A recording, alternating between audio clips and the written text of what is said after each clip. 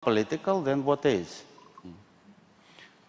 Let me, Mr. Bildt, there's also a question, a related, remotely related question, which came to us via Twitter. Let me ask you that, and then also you may address this. So what effects, asks Zebulon Karlander, what effects would Swedish and Finnish membership in NATO have for the stability of the Baltic region? Well, first, in all fairness, there was an Armenian question that I didn't answer. Very quickly on that. When the president of Armenia in 2013, after what was evidently a very long night in the Kremlin, decided to get out of the DCFTA agreement and go into the Russian Customs Union, two things should be noted. First, we never criticized that. It was the right of Armenia to take another course. We never criticized it. But when Armenia then said, and then we had negotiated this for X numbers of years, thousands of man-hours had gone into that particular agreement, then Armenia said immediately, we do another agreement quickly. And the truth is, we didn't have the capacity, and we were busy with other things. I mean, the limits are you can switch things fast.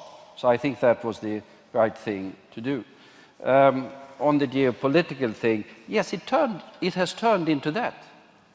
It's true what Linus said. It might be his distinguished background. Yeah. I don't know. But when I described it, it was actually our, I could even say, fairly reluctant answer to the wishes expressed by Ukraine, Moldova, and Georgia to come closer to us. And I say reluctant because there were quite a number of member states in the European Union who were sort of not too happy with it. And Ukraine certainly wanted to go faster and longer than we were ready to. So it wasn't really that we were driving them in any sort of way. It was them who were driving us. But we were right to answer, and we were right to extend free trade. We were right to extend integration. The same offer was there for Russia. But Russia decided otherwise. NATO.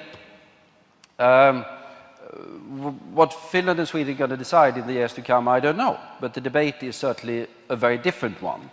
And Sweden has gone from the old policy of neutrality, no longer there, to a policy where we seek security and cooperation with the other Nordic partners. Finland, Denmark, Norway are in NATO, Baltic countries building up cooperation. We see this as enhancing the security of the Baltic region, or the Baltic-Nordic region.